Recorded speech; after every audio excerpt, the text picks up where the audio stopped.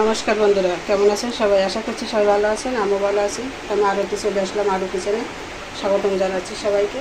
তো বন্ধুরা, এখন রান্না করবো চিংড়ি মাছ। তার জন্য নিয়েছি একটা আলু, আর নিয়েছি ডাঁটা, আর কিছু কুমড়োর ডাগা, আর এখানে আছে কুমড়োর শাক। তো বন্ধুরা, কড়াইতে কিন্তু আমি তেল দিয়েছি, তেল গরম হয়ে গেছে। মাছগুলো তো আগে থেকে আমি ধুয়ে লবণ হলুদ মেখে রেখেছি।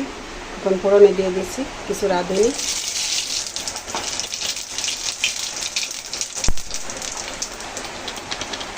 দিচ্ছি চিংড়ি মাছগুলো।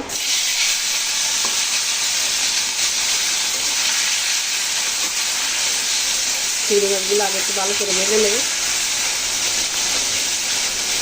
চিংড়ি মাছটা ভালো করে ভেজে নিলে কিন্তু তরকারিতে স্বাদ আসবে খুব সুন্দর। এই জন্য একটু লালচে করে ভেজে নেব। চিংড়ি মাছগুলো কিন্তু ভালো করে ভেজে নিলাম। এখন দিয়ে দেবো কেটে রাখা আলুগুলো।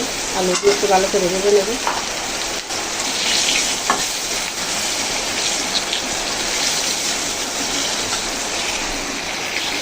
আলু দিয়ে একটু চালটা করে ভেজে নিলাম।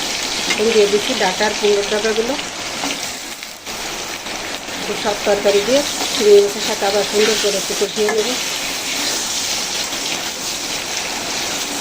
কিন্তু বন্ধুরা, চিংড়ি মাছ মশলা ছাড়াই রান্না করছি, একদম সিম্পলভাবে। আর এই রান্নাটার স্বাদটা কিন্তু দারুণ হয়। আমার কাছে কিন্তু বন্ধুরা চিংড়ি মাছের এই রাঁধুনি ফোড়নটা একদম জাস্ট কী বলবো, একদম ফাটাফাটি লাগে। তার জন্য আমি বেশি সময় কিন্তু দেখবো চিংড়ি মাছ রান্না করলে আমি রাঁধুনিটাই ফোড়নে বেশি দিয়ে থাকি, খুব ভালো লাগে। বন্ধুরা দেখুন, বাইরে কিন্তু বৃষ্টি হচ্ছে, বেশ ভালো আকারে। তো বন্ধুরা, আপনারা দুপুরবেলা এখন চলে আসেন, থাকতে না পারেন ফাটা দেবেন খেয়ে নিয়ে। যার কারণ হচ্ছে চিংড়ি মাছের ডাঁটা রান্না করছি, খেয়ে নেটা দেবেন। যদি থাকতে না পারেন কোনো সমস্যা নেই। তো বন্ধুরা, সুন্দর করে কিন্তু কষিয়ে নিলাম সব তরকারি দিয়ে। একটু দুষ্টুমি করে নিলাম আপনাদের সাথে, কিছু মনে করবেন না। এখন দিয়ে দিচ্ছি সেরা কাঁচা লঙ্কা। লঙ্কাটা দিয়ে একটু হালকা একটু ভেজে নেব। চিংড়ি মাছের সাথে সব তরকারি কিন্তু অনেকক্ষণ ধরে আমি কষিয়ে নিলাম। এখন জল দিয়ে দেবো জলের জন্য। দিচ্ছি জল।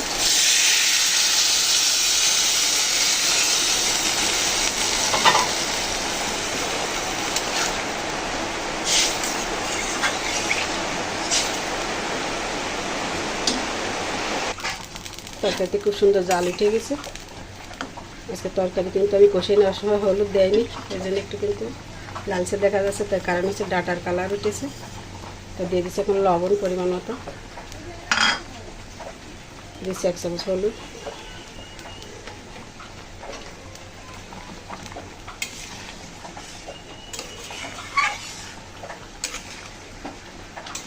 ভালো করে মিশিয়ে নিলাম লবণ দিয়ে হলুদ দিয়ে। এখন দিয়ে দিচ্ছি কুমড়ো শাকগুলো।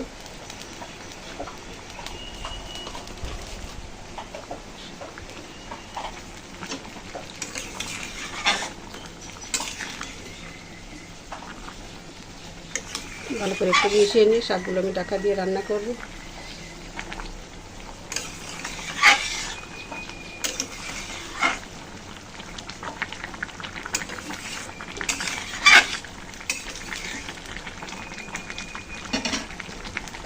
ভালো করে মিশিয়ে নিলাম, এখন ঢাকা দিয়ে দিচ্ছি। ফিরে আসবো কিছুক্ষণ পর। তো বন্ধুরা সাথে থাকুন। ঢাকনা তুলে নিচ্ছি। তো বন্ধুরা দেখুন, তরকারি জল কিন্তু অনেকটাই টেনে গেছে, রান্নাও কিন্তু প্রায় হয়ে গেল। ডাঁটাগুলো দেখি কেমন সিদ্ধ হয়েছে। ডাঁটা কিন্তু সিদ্ধ হয়ে গেছে। তো বন্ধুরা, যেহেতু চিংড়ি মাছের তরকারি ডাঁটা, এই জন্য আমি এখানে একটু দেখুন সামান্য একটু আটা নিয়েছি, সামান্য পরিমাণ। আপনারা দেখলেই কিন্তু বুঝতে পারছেন। এখান থেকে একটু দিয়ে দিচ্ছি, জলটা একটু ঘন হবে, মাখা মাখা হবে।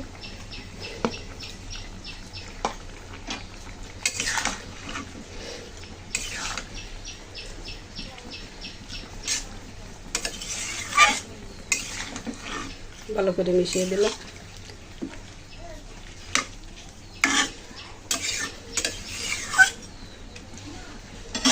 আর একটু সময় আবার ঢাকা দিয়ে দিচ্ছি। ঢাকনা খুলে নিচ্ছি কিছুক্ষণ পর।